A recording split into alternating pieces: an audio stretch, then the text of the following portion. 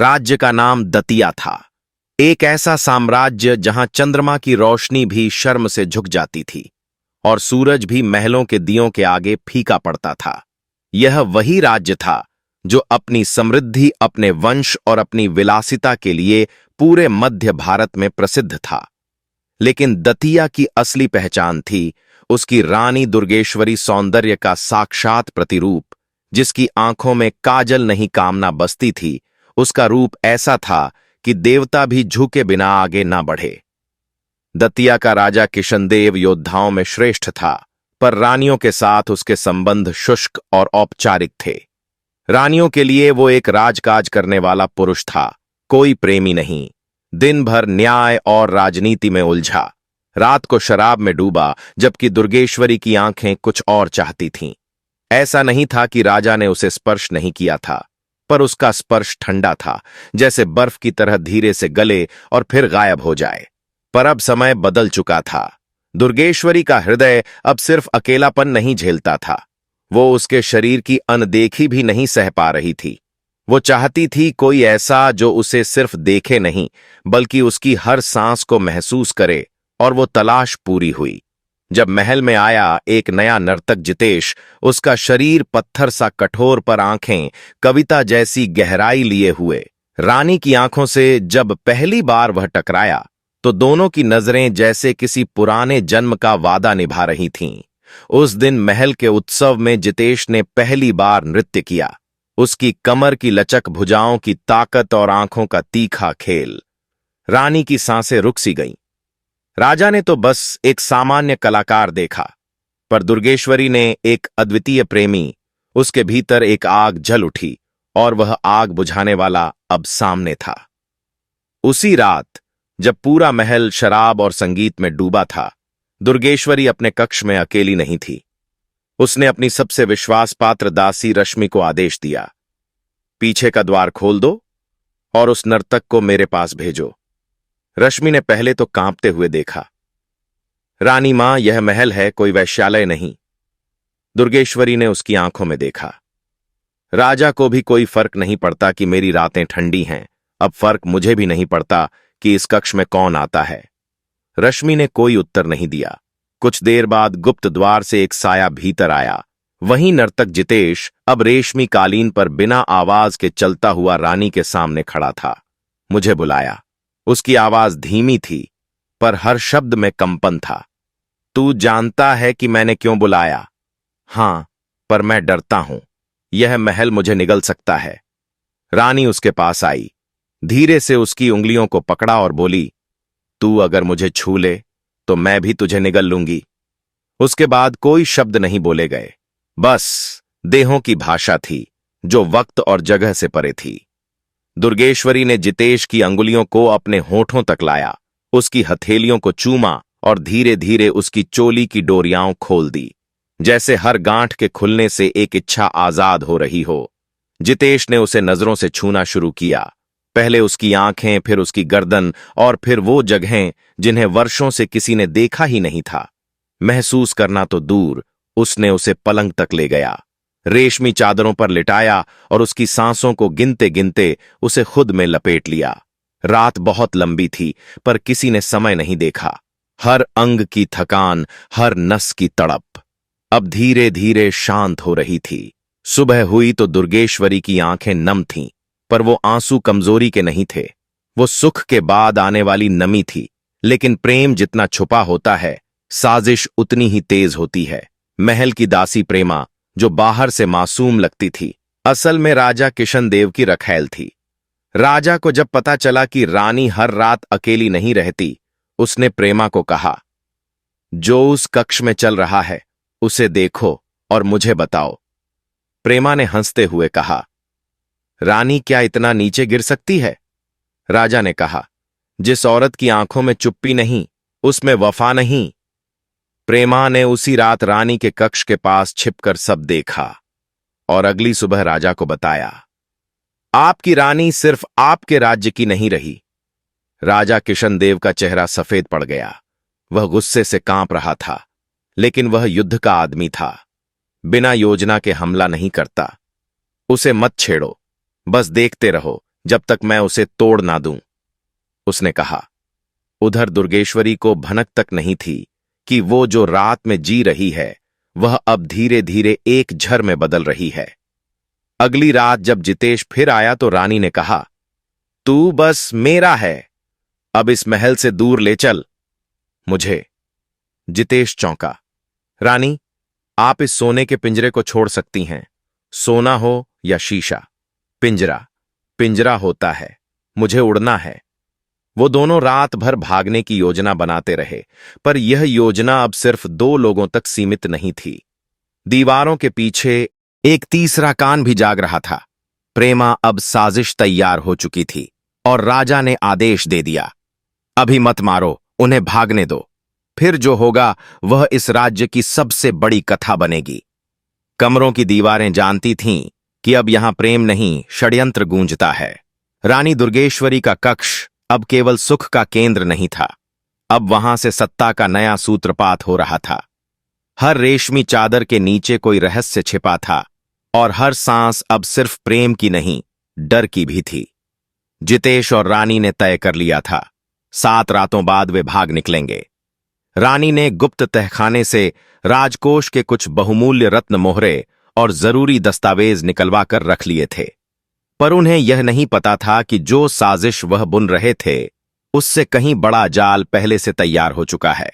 राजा किशनदेव ने अब खेल शुरू कर दिया था। उसने अपने सबसे चतुर संवंत आंभिक को बुलाया और उससे कहा, रानी को छोड़ना नहीं है, लेकिन उसे यह यकीन दिलाओ कि हम कुछ जानते नहीं, और उस नर्तक को उसे तोड़ दो, लेकिन ऐसे कि वो अपनी जुबान से कुछ ना बोले। आंभिक मुस्कुराया। उसने हमेशा से दुर्गेश्वरी के सौंदर्य की प्रशंसा की थी, पर अब उसके भीतर की घृणा भी जाग चुकी थी। जिस रानी को हमने देवियों की तरह पूजा, वो किसी नर्तक के नीचे सिसक रही है। वो रात्रि भयानक थी। जब रानी अपने कमरे में जितेश की प्रतीक्षा कर रही थी, दरवाजे पर दस्तक हुई, पर भीतर आया जितेश नहीं बल्कि आंभिक था। अपने 2 सैनिकों के साथ रानी ने चौंकते हुए पूछा, यह क्या है? आंभिक ने एक हल्की सी मुस्कान के साथ जवाब दिया, राजा ने आज रात आपको उनके कक्ष में आमंत्रित किया है। यह एक विशेष अवसर है। रानी समझ गई कि कुछ गड़बड़ है, लेकिन चेहरे पर भाव नहीं आने दिया। वो चुपचाप तैयार हुई, केशों में फूल लगाए गुलाब का इत्र लगाया और राजा के कक्ष की ओर चली गई। लेकिन मन में डर के साथ साथ चुनौती भी थी। राजा किशनदेव का कक्ष उस रात रोशनी से जगमग था, पर वहां केवल शराब और मौन था। रानी जब भीतर आई, राजा ने उसकी ओर बिना देखे कहा, तुम बहुत सुंदर हो दुर्गेश्वरी। रानी ने जवाब दिया, कृपा है। राजा ने फिर कहा, और तुमने जिस प्रेमी को चुना है वो भी कम सुंदर नहीं। रानी के पैरों से जमीन खिसक गई। उसका चेहरा सख्त हो गया, पर उसने खुद को संभाल लिया। राजा जो बोलते हैं वो अगर सत्य ना भी हो तो भी झूठ नहीं माना जाता। राजा ने अब उसकी आंखों में देखा, रानी, तुम्हारा शरीर तुम्हारा हो सकता है, पर तुम्हारा हर निर्णय इस राज्य का होता है, और जो राज्य से धोखा करता है, वो चाहे राजा हो या रानी, उसे मैं जीवित नहीं छोड़ता। रानी ने नजरें झुका लीं, पर यह सिर झुकना नहीं था, यह रणनीति थी। वह जान गई थी कि अब प्रेम नहीं बचा सकता, अब उसे सत्ता ही बचाएगी। उधर जितेश को बंदी बना लिया गया था। वो महल के अंधेरे तहखाने में जंजीरों में जकड़ा बिना वस्त्रों के खून से लथपथ पड़ा था। उसके शरीर पर सिर्फ घाव थे, आत्मा पर भय नहीं था। आंभिक ने उसके पास जाकर कहा, रानी के लिए जीना चाहते हो तो उसके लिए मरना भी होगा। जितेश ने थूक फेंका, मर जाऊंगा, पर रानी की देह पर अब कोई और अधिकार नहीं जमाएगा। मैं उसका हूं और वह मेरी मृत्यु भी है। आंभिक ने क्रूरता से हंसते हुए कहा, तो ठीक है, अब तेरी मौत ही उसकी कमजोरी बनेगी। इधर रानी अपने शयन कक्ष में लौट आई, पर अब वह अकेली नहीं थी। प्रेमा अब उसी की दासी बन चुकी थी और दुर्गेश्वरी जानती थी कि वह राजा की आंख है। रानी ने एक ऐसा नाटक शुरू किया जो इतिहास में शायद ही किसी रानी ने खेला होगा। उसने प्रेमा के सामने धीरे धीरे अपने वस्त्र उतारे, फिर शीशे के सामने खड़ी होकर अपनी देह को निहारा, जैसे खुद से कुछ पूछ रही हो। प्रेमा हक्की बक्की थी। उसने आंखें झुका ली पर कान खुले थे। रानी ने धीरे से कहा, जानती हो प्रेमा, देह जब किसी की होती है तो आत्मा किसी और की होने का साहस कर ही लेती है। प्रेमा डर गई। वो रानी को पागल समझ बैठी, लेकिन असल में दुर्गेश्वरी अब एक कलाकार बन चुकी थी। वो अपना मन नहीं चेहरा दिखा रही थी। रात ढलती रही। दुर्गेश्वरी ने अब अपने गुप्त सिपाहियों से संपर्क किया, जिन पर उसे पूरा भरोसा था। उसे मालूम था अगर यह महल तोड़ना है तो उसकी नींव से नहीं, उसकी नींद से तोड़ना होगा। इसी दौरान रानी ने राजा के सामने आत्मसमर्पण का नाटक किया। उसने कहा, मुझे क्षमा करें, मैंने भूल की, लेकिन अब मैं सिर्फ आपकी हूं। राजा ने उसकी आंखों में झांका। वहां झूठ था, पर इतना सुंदर कि वो यकीन करने को मजबूर हो गया। राजा ने कहा, अगर तू सच में मेरी है तो मुझे उस नर्तक की आंखें चाहिए। रानी कांपी नहीं। उसने कहा, कल सुबह वो आपकी होंगी। और फिर वही रात जिसने इतिहास की दिशा बदल दी। रानी चुपचाप तहखाने पहुंची। जहां जितेश जकड़ा पड़ा था, वहां केवल 2 वफादार सैनिक थे, जो पहले से रानी के इशारे में थे।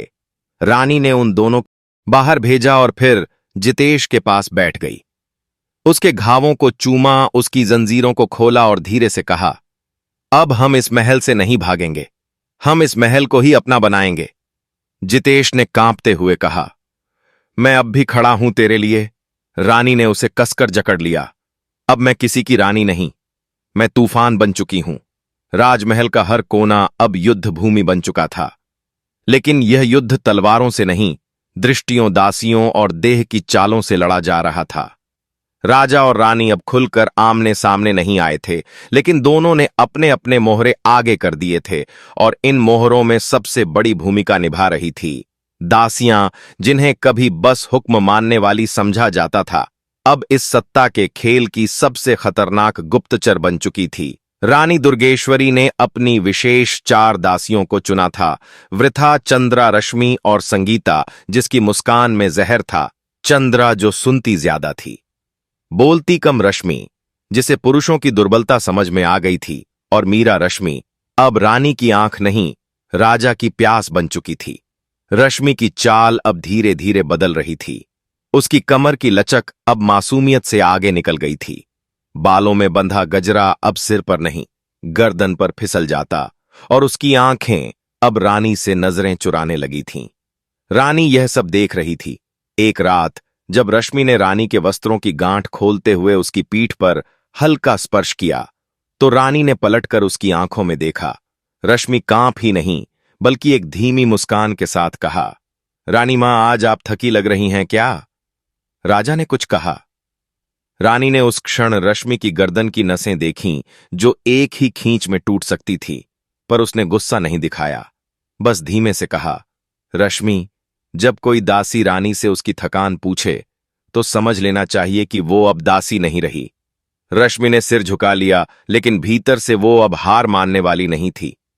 उसकी देह अब राजा के लिए तैयार हो रही थी, और शायद मन भी दूसरी ओर। राजा किशनदेव के कक्ष में अब दासियां आने लगी थीं, लेकिन नृत्य के लिए नहीं। अब वे उसकी आंखें, उसके हथियार थीं। राजा ने चंद्रा को भेजा। दरबार में एक वजीर को रिझाने संगीता को भेजा। सेनापति की पत्नी से उसकी कमजोरी जानने वृथा को, जो हर रात महल के एक गुप्त रक्षक के पास जाती और उसे शराब में सच निकलवाती। यह सब खेल खुलेआम नहीं थे, पर दीवारों में कान थे, और दीवारों के उस पार कोई तीसरा सुन रहा था। वो तीसरा महल का ही एक वृद्ध सेवक, रामनाथ। वो चुप था, लेकिन उसका दिमाग अब तक खुली आंखों से राजमहल के पन्ने पढ़ता रहा था। उसने दुर्गेश्वरी के मोह को देखा था, फिर उसका धोखा भी। उसने राजा के घायल मन को देखा, फिर उसकी उग्र प्यास भी, और अब वो रश्मि को देख रहा था, जो एक चुप तूफान बन रही थी। दरबार में एक नई घोषणा हुई। तीसरी संध्या महोत्सव की रात्रि को राजा किशनदेव स्वयं अपने दरबारियों को भोज देंगे और वहां राजसी सुंदरी को सम्मानित करेंगे। महल की सबसे रूपवती, सबसे बुद्धिमान स्त्री को पूरा महल समझ गया कि यह प्रतियोगिता रानी और रश्मि के बीच है। रश्मि ने उस रात एक लाल रेशमी वस्त्र पहना, इतना पारदर्शी कि चांद की रोशनी भी शर्मा जाए। उसके बाल खुले थे, होठों पर गुलाब का रंग और चाल में ऐसी आग कि रक्षक भी अपनी आंखें झुका ना सके। रानी भी पीछे नहीं थी। उसने काले रंग की साड़ी पहनी, उसकी पीठ खुली थी और हर कदम में सत्ता का ऐलान था। दोनों स्त्रियां महल में चलती रहीं, जैसे दो ज्वालाएं आमने सामने बढ़ रही हों। राजा, जो अब तक दुर्गेश्वरी की पीड़ा में जलता रहा था, अब रश्मि की ओर खींचता चला जा रहा था। पर रानी ने जो चाल चली वो अब भी सबसे खतरनाक थी। उसने रश्मि के वस्त्रों में एक गुप्त जड़ी मिलवाई, जिससे उसकी देह गर्म हो, पसीना आए और वह अशांत हो जाए। और यही हुआ संध्या भोज के बीच, जब राजा ने रश्मि को आमंत्रित किया। वो लहराते हुए आगे तो आई, लेकिन उसकी त्वचा पर पसीना चमक रहा था। उसकी सांसें तेज थीं और उसकी आंखों में हल्का धुंधलापन। राजा ने पास बुलाकर पूछा, सब ठीक है?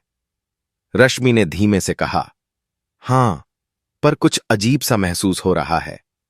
रानी मुस्कुरा उठी, पर उसी समय रश्मि गिर पड़ी। राजा चौंक गया। पूरे दरबार में सनसनी फैल गई और इसी हलचल में किसी ने आंभिक के कान में आकर कहा, तहखाने से एक बंदी भाग गया है। जितेश अब आजाद था। महल में इन दिनों कोई किसी पर भरोसा नहीं करता था। ना मुस्कानों पर यकीन रहा, ना प्रणाम में श्रद्धा बची थी। सबके चेहरों पर नखाब था और सबकी जेब में कोई न कोई राज। लेकिन जो दस्तावेज रानी दुर्गेश्वरी के हाथ लगा, उसने उसका संसार ही बदल दिया। वो एक पुराना कागज था, अधजला धूल से सना हुआ एक गुप्त सुरंग की सफाई के दौरान, जब महल के सैनिकों ने एक संदूक पाया। उसमें कुछ पुराने पत्र थे, अधिकतर नष्ट हो चुके थे, सिवाय एक के उस पर राजा किशनदेव के अंगूठे की मोहर थी और उस पर लिखा था, कृत्यसेन अब सत्ता के लिए अनुपयोगी है, उसे शिकार यात्रा पर भेजा जाए और लौटने ना पाए। रानी के हाथ कांपने लगे। कृत्यसेन यानी उसके पिता, उसी राजा। कृत्यसेन को वह आज तक जंगल में हुए हमले का शिकार मानती रही थी, पर यह पत्र, यह उसकी पूरी दुनिया को तोड़ने के लिए काफी था। दुर्गेश्वरी ने अपनी अंगुलियों से उस कागज को छूते हुए एक धीमी चीख निकाली।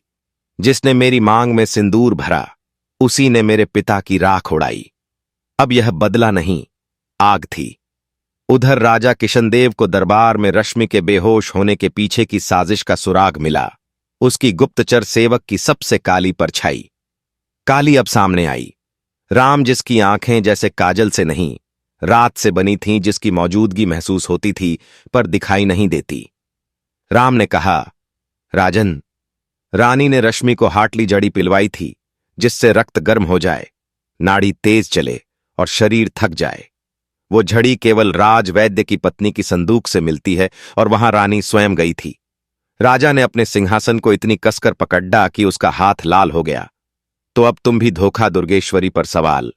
अब सिर्फ यह नहीं था कि धोखा किसने दिया, असली सवाल यह था कि धोखा किससे छुपाया जा रहा है। राम अब बीच में था, उसके पास दोनों के राज थे। वो जानता था कि राजा ने रानी के पिता को मरवाया और यह भी जानता था कि रानी अब राजा को मारने की योजना बना रही है। राम को दोनों पक्षों से बुलावा आया। रानी ने उसे गुप्त संदेश भिजवाया, जो मुझे मेरे पिता को लौटा लाए, उसे मैं आधी सत्ता दूंगी। और राजा ने उसे आदेश दिया, जिसने रानी की आंखों में आग भरी, उसका नाम चाहिए, इनाम, मौत से बचना होगा। राम अब सोच रहा था, जिसे मैं चुनूं वही जिएगा, पर अगर मैं दोनों से खेलूं तो शायद मैं ही राजा बनूं।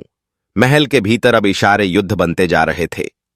रानी अब रोज दरबार में आती थी, पर राजा की ओर एक बार भी नहीं देखती थी। राजा रश्मि को अपने पास बैठाता था, लेकिन हर 2 पल में उसका ध्यान दरबार की दाहिनी पंक्ति पर चला जाता था, जहां रानी बैठती थी। दरबार में सब सामान्य था, पर वो शांति अब मृत जल की तरह थी, जिसमें नीचे कहीं तूफान पनप रहा था। राजा ने रश्मि को एक रेशमी साड़ी भेंट की और कहा, इसे उस रात पहनना जब मैं तुम्हें अपने नाम कर दूं। रानी ने यह देखा और मुस्कुराई, क्योंकि उसे पता था उस रात शायद रश्मि बचे ही नहीं। दुर्गेश्वरी अब महल की रसोइयों को बदलवा रही थी, नए सेनापति से गुप्त संदेश भिजवा रही थी और महल के कुछ पुराने रक्षकों को दरबार से हटवा चुकी थी। राजा को यह सब धीरे धीरे समझ आ रहा था। उसने राम को बुलाया और केवल 2 शब्द कहे, वक्त बता देगा। राम हंसा और बोला, वक्त नहीं राजन, मैं बताऊंगा। क्योंकि अब इस राज्य में राम की परछाई सबसे गहरी हो चुकी है। दुर्गेश्वरी ने उस रात अपने कक्ष में उस दस्तावेज को फिर से देखा। उसने पिता की मूर्ति के आगे दीपक जलाया और धीरे से बुदबुदाई, तुम्हारी मृत्यु का बदला तुम्हारा खून ही देगा। और जैसे ही उसने आंखें खोली, उसे अपनी दासी रश्मि सामने खड़ी दिखी। रश्मि अब न केवल राजा की प्रिय थी, बल्कि रानी की साजिशों की गवाह भी बन चुकी थी। और रश्मि अब फैसला कर चुकी थी, वो किसी एक की नहीं होगी, वो सत्ता की तीसरी रेखा बनेगी।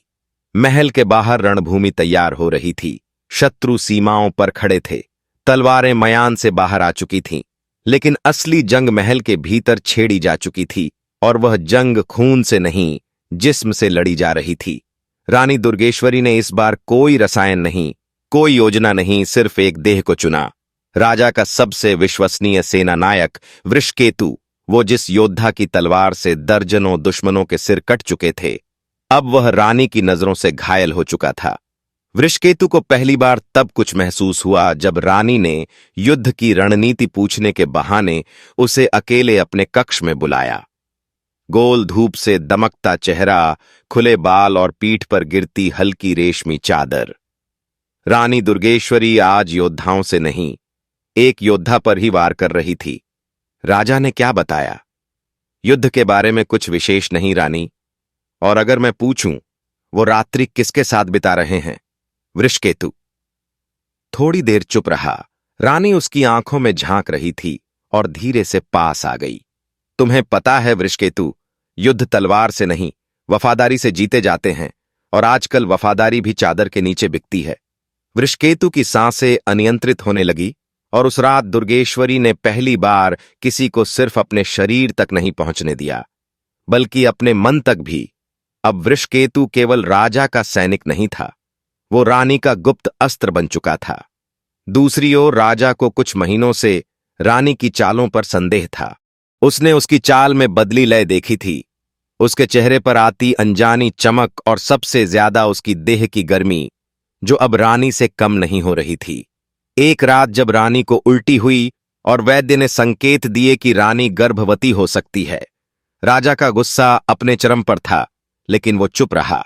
मुझसे उसने खुद से पूछा, नहीं, हमने रात्रि तो वर्षों से साझा ही नहीं की। तो फिर अब उसे सब समझ आ रहा था, और उसका शक वृषकेतु पर जाकर रुकता था। इसी बीच रश्मि, जो अब तक सिर्फ एक मोहक छाया थी, असली खिलाड़ी बनने को तैयार थी। वो जानती थी कि राम अब तक सबका राज जान चुका है, पर उसका दिल किसी से नहीं जुड़ा। तो रश्मि ने उस पर ऐसा जाल डाला जो उसने कभी देखा ही नहीं था। रात के तीसरे पहर, जब महल की हर आहट धीमी हो जाती है, रश्मि ने अपने कक्ष में राम को बुलवाया। कमरा गुलाबी सुगंध से महका हुआ था, और रश्मि के वस्त्र हवा जितने हल्के थे। राम, तुम बहुत कुछ जानते हो। जो जानता हूं वो सबके लिए जानलेवा है, और जो नहीं जानते वो तुम्हारी बाहों में खुद को सौंप सकते हैं। राम मुस्कुराया, लेकिन जब रश्मि ने उसके कंधे पर हाथ रखा, उसकी सांस भी तेज हो गई। रश्मि ने धीरे से कहा, मुझे कुछ नहीं चाहिए, सिर्फ सच्चाई चाहिए, और तुम इसके बदले क्या दोगी? रश्मि ने चादर गिरा दी, और राम ने अपनी जुबान खोल दी। उसने बताया, रानी और वृषकेतु की हर रात की मुलाकात, राजा का शक, रानी का राज और युद्ध की रणनीति में उसके बदलाव, रश्मि सुनती रही। लेकिन उस रात जो सबसे बड़ा रहस्य खुला, वो था, राम अब रश्मि के नियंत्रण में आ चुका था। अब पूरा खेल बदल रहा था। रानी सोच रही थी कि उसने वृषकेतु को वश में कर लिया है। राजा सोच रहा था कि रानी को अकेला छोड़ना ही सजा है, और रश्मि वह सोच रही थी, अब मैं रानी बनूंगी। अब पर्दे गिर चुके थे, और महल के हर कमरे में छिपा अंधेरा तेज रोशनी से डरने लगा था। हर किरदार अब एक दूसरे का सच जान चुका था। रानी दुर्गेश्वरी को लगता था कि उसकी चालें अदृश्य हैं, लेकिन अब वह वृषकेतु से दूरी बना रही थी।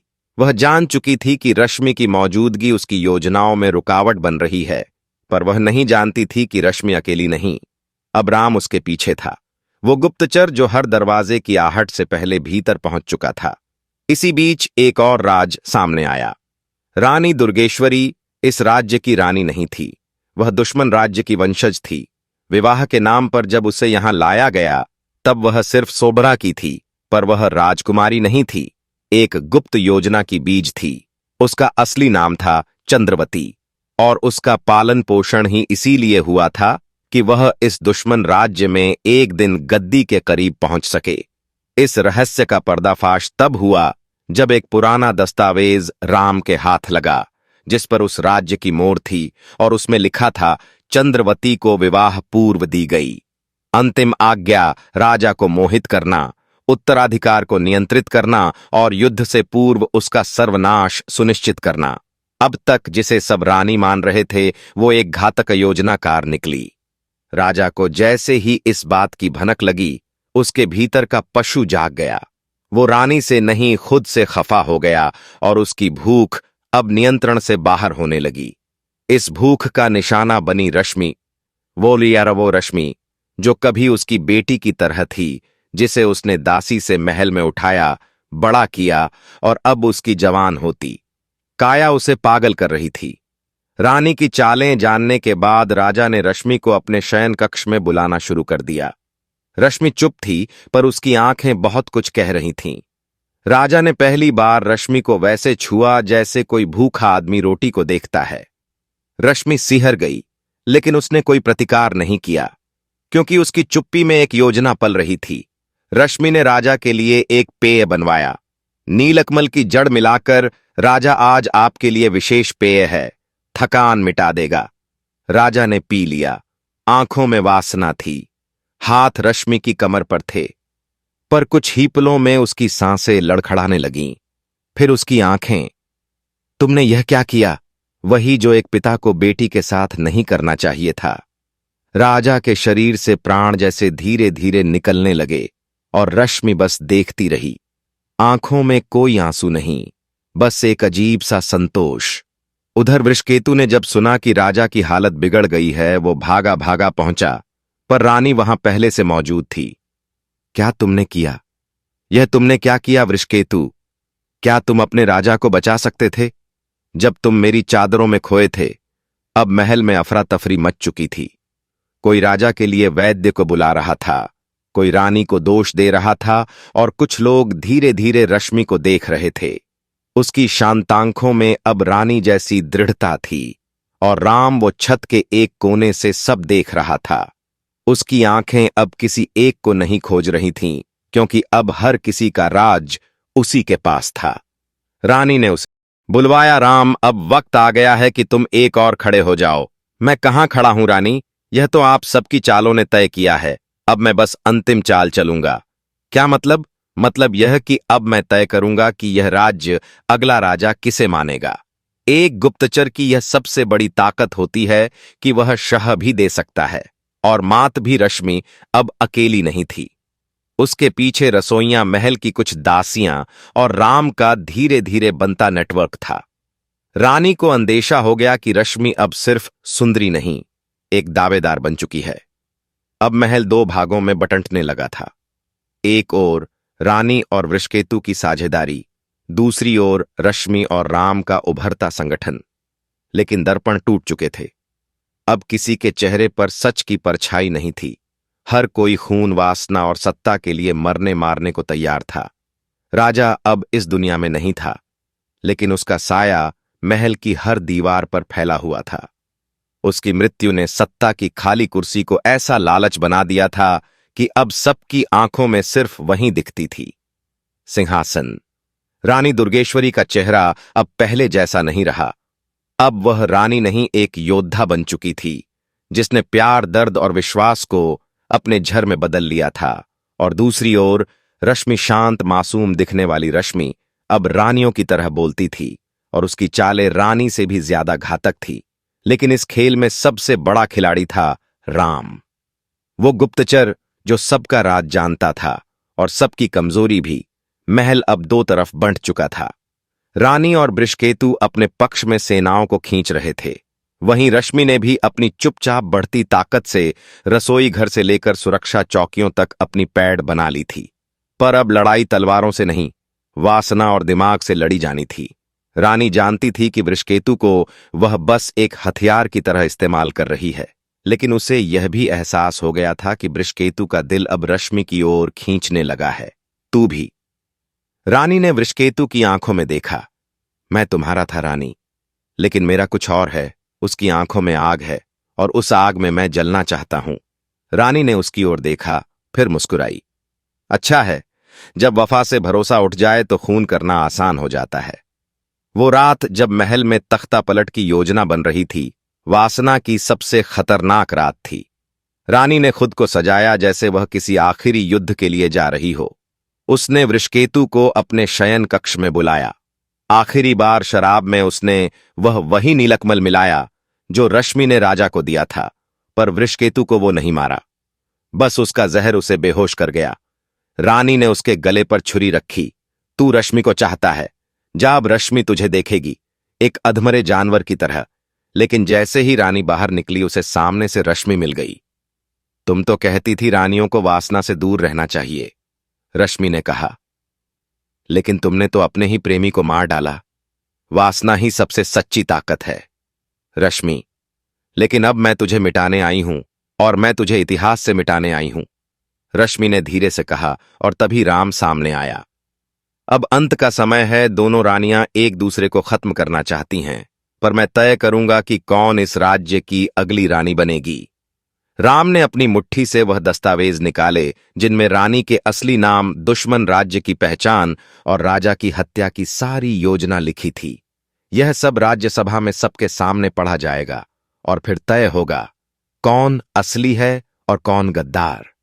रानी कांप गई, उसका चेहरा पीला पड़ गया। तू मेरी मौत चाहता है, मैं सिर्फ सच चाहता हूं, राम बोला।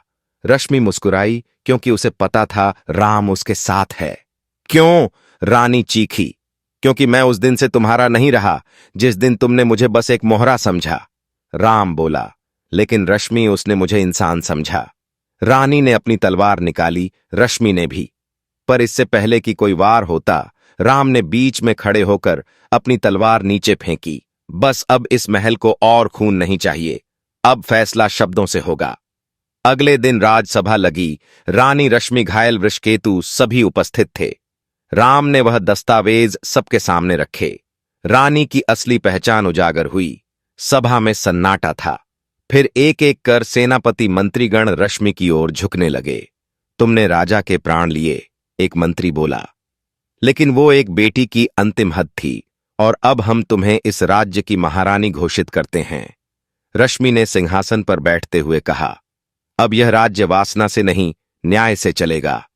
लेकिन याद रखो, जो रानी के दिल में जगह चाहता है, उसे पहले उसका सम्मान जीतना होगा। सभा ताली बजा रही थी और रानी दुर्गेश्वरी को कैद में भेज दिया गया। रश्मि के पीछे राम खड़ा था, शांत, मगर उसकी आंखों में वही जुनून था जो रश्मि की आंखों में पहली बार दिखा था। तो अब हम, रश्मि ने पूछा। राम मुस्कुराया।